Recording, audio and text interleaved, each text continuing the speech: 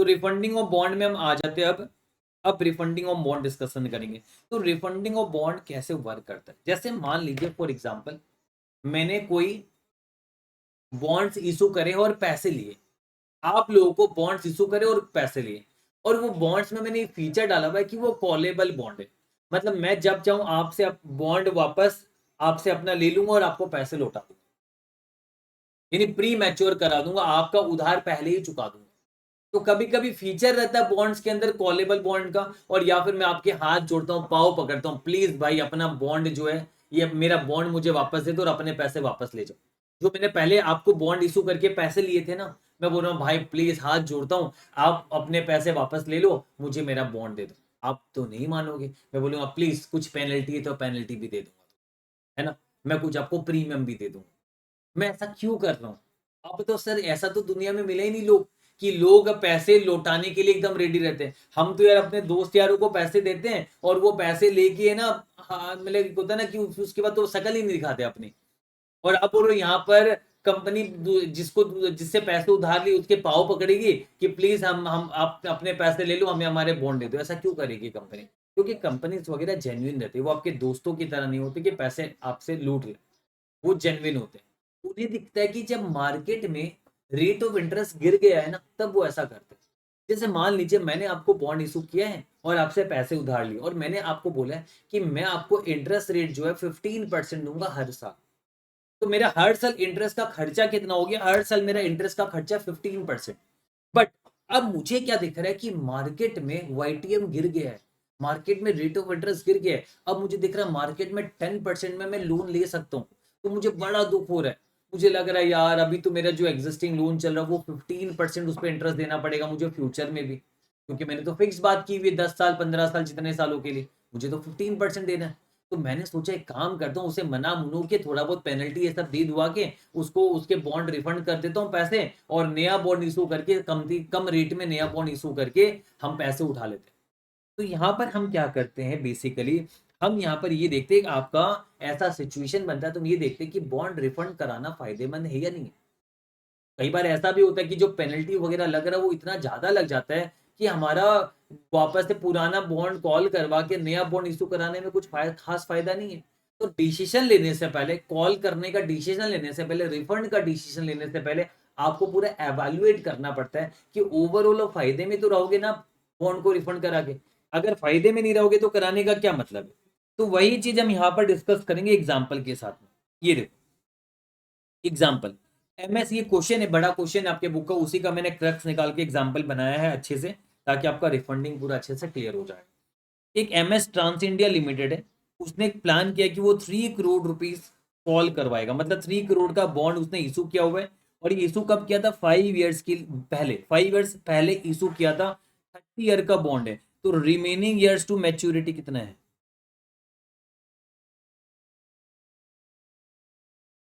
25 years remaining है, देखा जाए तो 25 ईयर्स रिमेनिंग है। क्यों? क्योंकि 5 ईयर्स पहले आपने इशू किया था 30 ईयर्स के लिए, अभी स्टिल 25 ईयर्स पेंडिंग है। तो 25 ईयर्स तक आपको 14% का कूपन देना पड़ेगा। 14% का कूपन देना पड़ेगा कितने साल तक? 25 ईयर्स तक देना पड़ेगा हमें। लेकिन हमने उनको मना लिया और हमने बोला आपको हमें ना 1000 रुपीज का जो बॉन्ड है, मान लो उसको हम 1140 में हम आपको, ये बॉन्ड का फेस वैल्यू मैंने लिखा नहीं, आपके क्वेश्चन में लिखा हुआ है 1000 रुपीज का फेस वैल्यू है। हम क्या करेंगे 1140 में हम कॉल कराएंगे, मतलब हम 140 रुपीज एक्स्ट्रा दे रहे, 1000 के ऊपर प्रीमियम दे रहे हैं। Initially, it raised rupees 2.91 crore due to a rupees 30 discount per bond and had a floating cost of rupees 3,60,000। इन्होंने जब इनिशियली इशू किया था तो इनको 3 करोड़ मिला ही नहीं था, 2.91 करोड़ मिला था, क्योंकि 0.09 करोड़ का डिस्काउंट की वजह से इनको कम पैसा मिला, और फ्लोटिंग कॉस्ट भी लग गया 3,60,000। The company plans to issue new 25 year bonds at 12% coupon rate with a par value rupees 1000 per bond, raising 3 crores to retire the old bond। तो देखो पहले वाले बॉन्ड में आपके 14% के इंटरेस्ट लग रहे हैं। अब आपने क्या सोचा, मैं इसको रिफंड करके 12% में बॉन्ड इशू कर दूंगा, मेरा 2% का इंटरेस्ट का सेविंग होगा एवरी ईयर। तो एवरी ईयर मेरा इंटरेस्ट का सेविंग कितना होगा? 3 करोड़ में जो भी 14% लग रहा है वो 3 करोड़ में 12% लगेगा, मतलब 3 करोड़ का 2% का मेरा इंटरेस्ट सेविंग है या नहीं है? और 3 करोड़ का 2% कितना होता है? 6 लाख रुपीस का मेरा इंटरेस्ट सेविंग होगा। हाँ या ना? एवरी ईयर मेरा 6 लाख रुपीस का इंटरेस्ट का सेविंग होगा, लेकिन कुछ कुछ खर्चे भी लग जाएंगे। नया बॉन्ड इशू करूंगा तो फ्लोटिंग कॉस्ट लग जाएगा 4 लाख रुपीस का, है ना? पहला नया बॉन्ड सेल होगा, फिर उस पैसे का इस्तेमाल करके हम रिडीम करेंगे पुराने बॉन्ड को।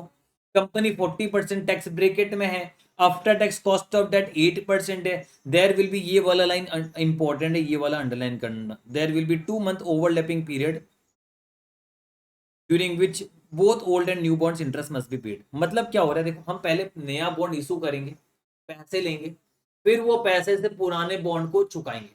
तो उस चक्कर में 2 महीना का पीरियड ऐसा हो जाएगा कि 2 महीने के पीरियड में हमारा नया बॉन्ड में भी इंटरेस्ट लगेगा, पुराने में भी लगेगा। कैसे बता रहा हूं मैं आपको, अभी पुराना बॉन्ड हमारा चल रही है, हमने क्या किया, नया बॉन्ड इशू करके पैसे ले लिए, तो नया बॉन्ड का भी अब इंटरेस्ट चालू हो गया। अब पुराने वाले बॉन्ड होल्डर से सब नेगोशिएट करके सारा चीज करके इसको सारा क्लोजअप करने में 2 महीने का समय लग जाता है। तो पुराना नया बॉन्ड का तो इंटरेस्ट लगना चालू हो गया, पुराना बॉन्ड को भी सेटल करते करते 2 महीना लग गया, तो उस कारण से पुराना बॉन्ड और नया बॉन्ड दोनों में 2 महीने का इंटरेस्ट एक्स्ट्रा लग रहा है। तो नया बॉन्ड का तो चलो 25 साल हमारा स्टार्ट हो गया, तो क्या पुराने बॉन्ड में अननेसेसरीली हम 2 महीने का इंटरेस्ट नहीं देंगे? उसी को कहा जाता है ओवरलैपिंग इंटरेस्ट पीरियड, मतलब दोनों में लग रहा है आपका। ये वो वाली बात होगी जैसे घर वगैरह होता है ना, हमने नया घर ले लिया पर पुराना घर को खाली वगैरह करना, ये सब चक्करों में पुराने घर का भी 1 महीने का रेंट ज्यादा लग गया हमारा। तो जो पुराने घर का 1 महीने का रेंट हमारा ज्यादा लग गया, वो हमारे लिए वेस्टेज है। तो वैसे यहाँ पर पुराने बॉन्ड में हमारा 2 महीने का इंटरेस्ट वेस्ट होने वाला है। तो हम यहाँ पर करेंगे कैसे, एग्जाम में सॉल्यूशन हम ऐसे करते हैं, हम इंक्रीमेंटल बेनिफिट और इंक्रीमेंटल कॉस्ट देखते हैं। हम ये देखते हैं कि रिफंड कराने की वजह से क्या आपको फायदा मिल रहा है और क्या आपका नुकसान हो रहा है। उससे ओवरऑल हम ये देख लेंगे नेट कितना फायदा है, नेट कितना नुकसान है। नेट नुकसान है तो बॉन्ड रिफंड कराने का मतलब नहीं, फायदा है तो रिफंड कराने का मतलब है। ओवरऑल तो अब ये देखोगे कि डिसीजन लेने से क्या फायदा और क्या नुकसान है। तो आपको सबसे पहले तो ये पता चल गया, एक सिंपल सी चीज पता चला आपको। यहाँ पर क्या पता चला, देखो कि हमने 3 करोड़ रुपीस पे जो 14% इंटरेस्ट हमारा लगता, अब 3 करोड़ में हमारा 12% का इंटरेस्ट लगेगा, मतलब 2% का हमारा फायदा साफ दिख रहा है। 3 करोड़ का 2% 6 लाख रुपीस का फायदा। लेकिन फायदा होने पर कंपनी टैक्स भी लेती है। देखो इंटरेस्ट का खर्चा पहले ज्यादा हो रहा था तो पहले सरकार आपको टैक्स डिडक्शन दे रही थी। अब इंटरेस्ट का खर्चा कम होगा तो सरकार आपको टैक्स डिडक्शन भी कम देगी। तो मतलब कहीं ना कहीं इंटरेस्ट का, मतलब आप समझ लो, खर्चा में टैक्स बेनिफिट मिलता है, फायदा में टैक्स एक्सपेंस होता है। तो यहाँ पर जबकि आपका 6 लाख का फायदा हो रहा है तो उसका 40% टैक्स एक्सपेंस भी होगा, 2,40,000, जो कि आप देखो यहाँ पर हमने लिखा हुआ। ये देखो हर साल 25 ईयर्स तक, आज से लेके 25 ईयर्स तक हर साल हमारा इंटरेस्ट का सेविंग होगा। और उस पे ये टैक्स सेविंग नहीं, ये गलती से लिखा हुआ, ये टैक्स एक्सपेंस है।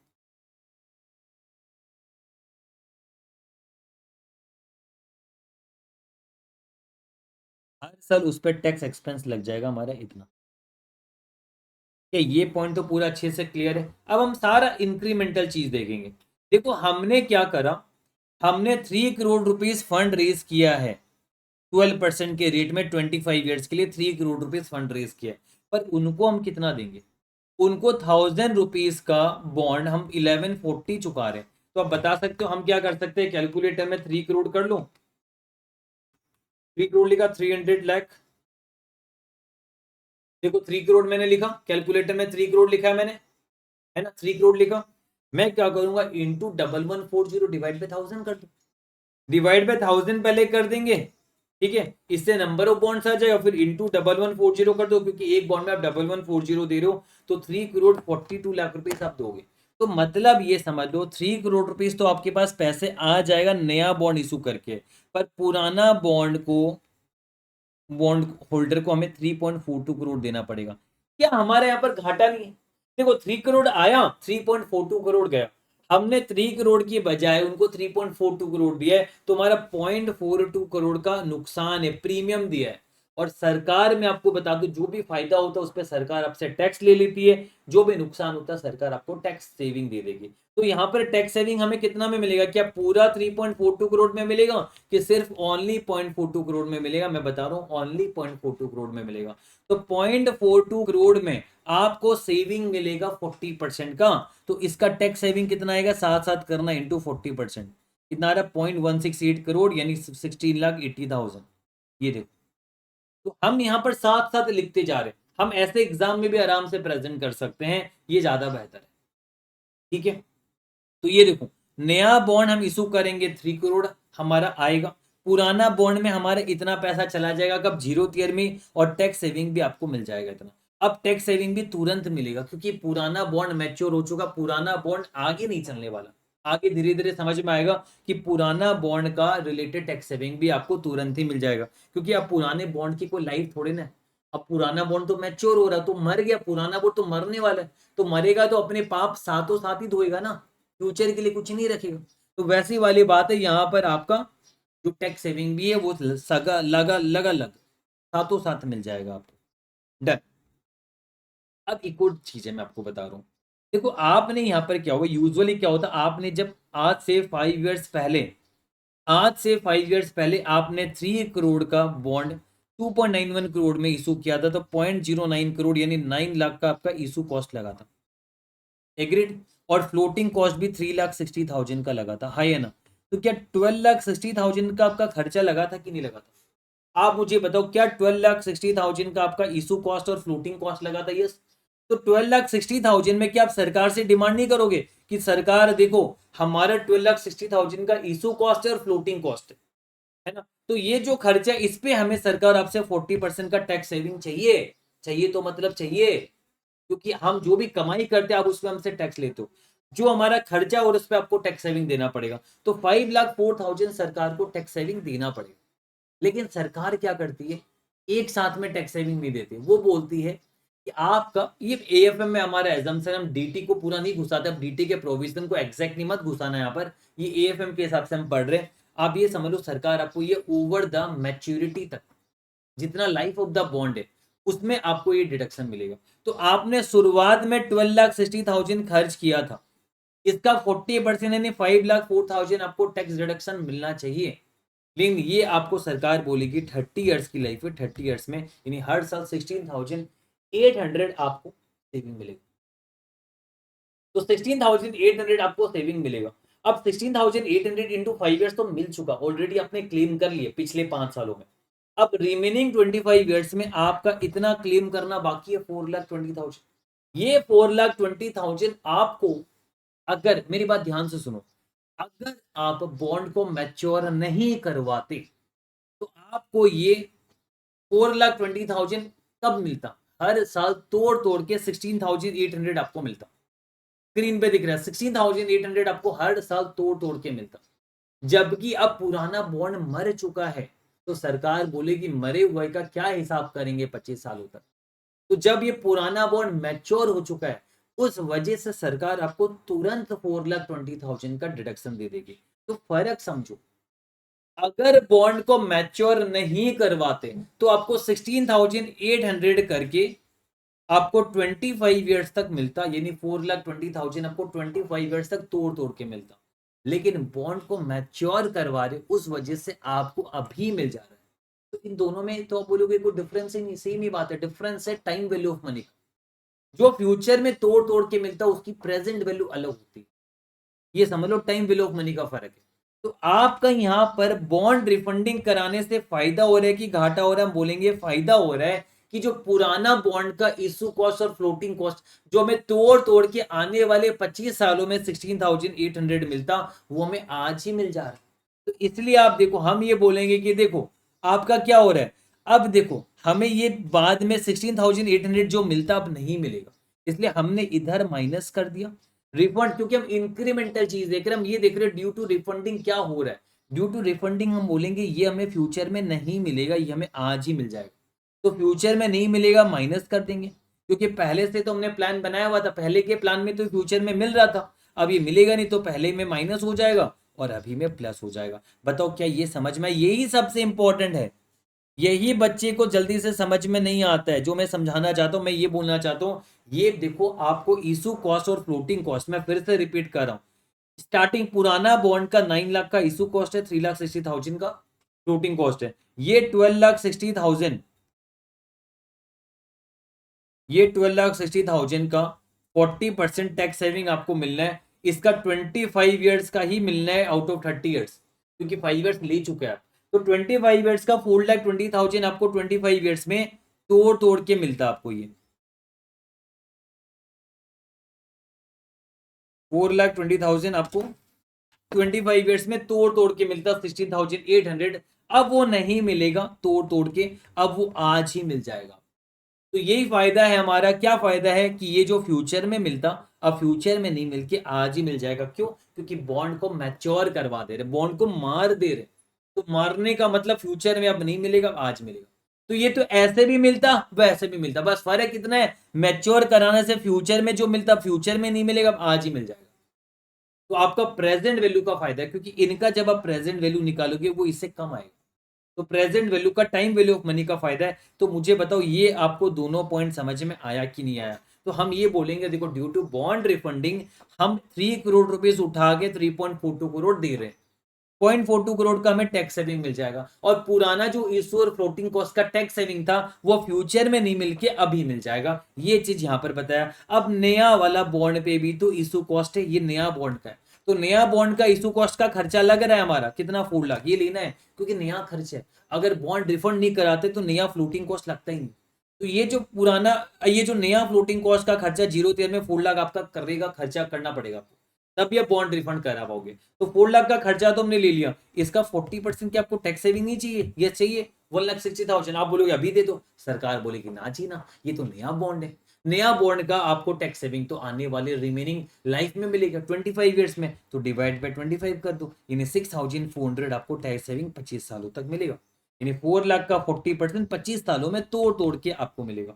ये तो मैंने आपको इंटरेस्ट सेविंग और टैक्स सेविंग समझा ही दिया। तो ये समझा दिया, बस ओवरलैपिंग इंटरेस्ट समझाना, फिर ये क्वेश्चन ही खत्म। तो मैं अब वापस से आपको एक बार सॉल्व करने को भी दूंगा, मैं रिपीट कर रहा हूं एकदम अच्छे से, आप समझो, एकदम दिमाग में चला गया मेरे। हाँ, हमने 3 करोड़ रुपीस फंड लाए और 3.42 करोड़ से रिटायर करवा दिया पुराने बॉन्ड को। तो 0.42 करोड़ जो एक्स्ट्रा जा रहा है उसका में टैक्स सेविंग सरकार देगी, 16,80,000 हो गया। अब पुराना बॉन्ड मरवा के नया बॉन्ड इशू करा हमने, उससे क्या हुआ, जो पुराने बॉन्ड का इशू और फ्लोटिंग कॉस्ट का टैक्स सेविंग था जो फ्यूचर में मिलता, फ्यूचर में नहीं मिलेगा, अभी अभी मिल जाएगा। समझ में आ रहा? तो टाइम वैल्यू ऑफ मनी का फायदा है। इसके बाद नया फ्लोटिंग कॉस्ट का खर्चा 4 लाख जो अभी देना पड़ेगा, तो ये खर्चा है, ये आउटफ्लो है। इस पर टैक्स सेविंग आपको 25 सालों में तोड़ तोड़ के मिलेगी। फिर इंटरेस्ट सेविंग तो मैंने आपको बता ही दिया था पहले, उसका रिलेटेड टैक्स एक्सपेंस भी बता दिया हमने, यहाँ पर बात खत्म। अब क्या मैंने बोला नहीं था, पुराने बॉन्ड में आपका ओवरलैपिंग इंटरेस्ट लगेगा 2 महीने का, क्योंकि नया बॉन्ड तो शुरुआत हो चुका, वो तो चल रहा है, वो कोई दिक्कत नहीं है, नया बॉन्ड तो हम शुरुआत कर चुके हैं। 2 में से 1 में तो लगता है, बस प्रॉब्लम ये कि पुराना बॉन्ड में 2 महीने का आपका एक्स्ट्रा लगेगा, क्योंकि नया बॉन्ड का तो शुरुआत कर दिया, वो तो ठीक है, वो तो लगता। पुराना बॉन्ड में 2 महीने का एक्स्ट्रा लगेगा, वो भी किस रेट से, 14% की रेट से। तो पुराना बॉन्ड का फेस वैल्यू 3 करोड़ है, इस पे आपका 14% के रेट से 2 महीने का एक्स्ट्रा लग रहा है। तो 14% यानी 7 लाख रुपीज, 0.07 करोड़ यानी 7 लाख रुपीज आपका लग रहा है। अब 2 महीने को 1 ईयर में तो लेके जा नहीं सकते, हम 0 पॉइंट इन टाइम भी पकड़ लेंगे। अब ऐसे तो 2 महीने बाद लगेगा, पर हम 0 पॉइंट इन टाइम भी पकड़ लेंगे। फर्स्ट ईयर तो पकड़ नहीं सकते, तो हम मानेंगे 0th ईयर में लगेगा 7 लाख। अब 7 लाख जो लगा, इसका टैक्स सेविंग भी तो मिलेगा आपको। 7 लाख का 40% 2,80,000 का टैक्स सेविंग लगेगा, तो टैक्स सेविंग मिलेगा। तो इस हिसाब से हमारा देखो यहाँ पर 0th ईयर का हमारा ये नेगेटिव फिगर आ रहा है, मैंने प्लस माइनस कर दी, ये सभी 0th ईयर के जो वैल्यूज हैं, इसको मैंने माइनस इतना आ रहा है। और हर साल 25 सालों तक, first year, second year, 3 year से लेकर 25 ईयर तक, ये 25 बार है, टोटल 25 बार है। तो हर साल आपका हमने देखा 349,600 आपका हर साल बेनिफिट भी है। तो ये जो हर साल का बेनिफिट है, इसका प्रेजेंट वैल्यू में खींच देंगे, कॉस्ट ऑफ डेट 8% से खींच देंगे हम, तो इतना आएगा present value of all cash inflow minus initial outflow. NPV positive आ रहा है, मतलब रिफंडिंग इज रिकमेंडेड। तो अब मैंने ये पूरा करवा दिया आपको। अब मुझे आप बताओ कोई डाउट है तो? अगर डाउट नहीं है तो मैं चाहता हूँ ये वाला एग्जाम्पल आप पॉज करो तुरंत, और इसको आप खुद से एक बार कॉपी में सॉल्व करो। ठीक है, खुद से कॉपी में सॉल्व करो पॉज करके। कर लोगे मुझे बताओ, मैंने पूरा समझा दिया, आपको डाउट है तो भी पूछ सकते हैं, अदरवाइज मेरे ख्याल से पूरा क्लैरिटी आ गया एकदम अच्छे से। सॉल्व करो, मैं फिर एक बार रिपीट कर दे रहा हूँ, मैंने वही बोला, पुराना बॉन्ड पे गया 3.42, नया बॉन्ड में 3 आया 0.42, जो एक्स्ट्रा लगा है सिर्फ जो प्रीमियम लगा है उस पर आपको टैक्स सेविंग मिलेगी। फिर पुराना बॉन्ड का, नया बॉन्ड का नहीं बोला, पुराना बॉन्ड का इशू और फ्लोटिंग कॉस्ट लग नहीं रहा, अभी वो पहले लग चुका है, अभी लग नहीं रहा है, वो पहले लग चुका, उसके टैक्स सेविंग उस टाइम में सरकार ने दिया नहीं था, बोला था तोड़ तोड़ के देंगे, तो तोड़ तोड़ के जो देंगे 25 सालों का देना बाकी है, कितना 16,800 करके, तो वो जो मिलना था वो नहीं मिलेगा, इसलिए माइनस पे डाल दिया, अब ये आज ही मिल जाएगा। डन। फिर नया, अब नया फ्लोटिंग कॉस्ट अभी लगी रहे, पुराना फ्लोटिंग कॉस्ट लग नहीं रहा इसलिए लिया भी नहीं, वो तो पहले ही लग चुका था 5 साल पहले, अभी नहीं लग रहा। हाँ, नया फ्लोटिंग कॉस्ट अभी जरूर लग रहा है, इसका टैक्स सेविंग फ्यूचर में मिलेगा, क्योंकि तो बॉन्ड जिंदा है, 25 सालों तक जिंदा रहेगा, तो 25 सालों में आपको टैक्स सेविंग मिलेगा, और इंटरेस्ट का सेविंग, और इधर 2 मंथ्स का ओवरलैपिंग इंटरेस्ट, उसका टैक्स, बस बात खत्म। प्रेजेंट वैल्यू कर दो 349600 का 25 साल तक, प्रेजेंट वैल्यू कैश इनफ्लो आ जाएगा, इंक्रीमेंटल कैश इनफ्लो बोल सकते हैं, आपका आएगा ये, और इनिशियल इन्वेस्टमेंट से माइनस कर दो, एनपीवी आ गया। ये सब हम इंक्रीमेंटल ले रहे हैं, ये सब हम इंक्रीमेंटल ले रहे हैं। ये 5th पॉइंट के बारे में ध्रुव जी बोल रहे हैं, एक बार फिर रिपीट कर दो, 5th पॉइंट में फिर से रिपीट कर दे रहा हूं, चलो ठीक है। देखो, पुराना बॉन्ड पे आपने 2.91 करोड़ पे इशू किया था, मतलब आपने 9 लाख रुपीस आपका इशू कॉस्ट लगा है, 3 करोड़ माइनस 2.91 करोड़, और 3,60,000 का आपका फ्लोटिंग कॉस्ट है। तो ये जो 12,60,000 का खर्चा लगा, ये अभी थोड़ा लगा, तो पुराने बॉन्ड पे लगा था 5 साल पहले, तो खर्चा तो लग गया, उसकी हम बात नहीं कर रहे। हाँ, ये 12,60,000 में उस वक्त आपने सरकार से 40% टैक्स सेविंग मांगा, 5,04,000, तो सरकार ने बोला हम इसको 30 ईयर्स में तोड़ तोड़ के देंगे, तो 16,800 हम आपको तोड़ तोड़ के देंगे, तो 16,800 अभी भी आपको 25 साल तक तोड़ तोड़ के मिलना है, जो अब नहीं मिलेगा, क्यों, अभी इकट्ठा इंटू 25 अभी मिल जाएगा 4,20,000, तो 25 सालों में अब ये मिलेगा नहीं आपको, इसलिए माइनस पे रख देंगे, इकट्ठा अभी मिल जाएगा, बस उतनी सी बात थी। अब तो क्लियर है ध्रुव जी मेरे हिसाब से, अब पूरा क्लियर है, तो अब इसको क्वेश्चन को सॉल्व करो पॉज करके तुरंत अभी के भी।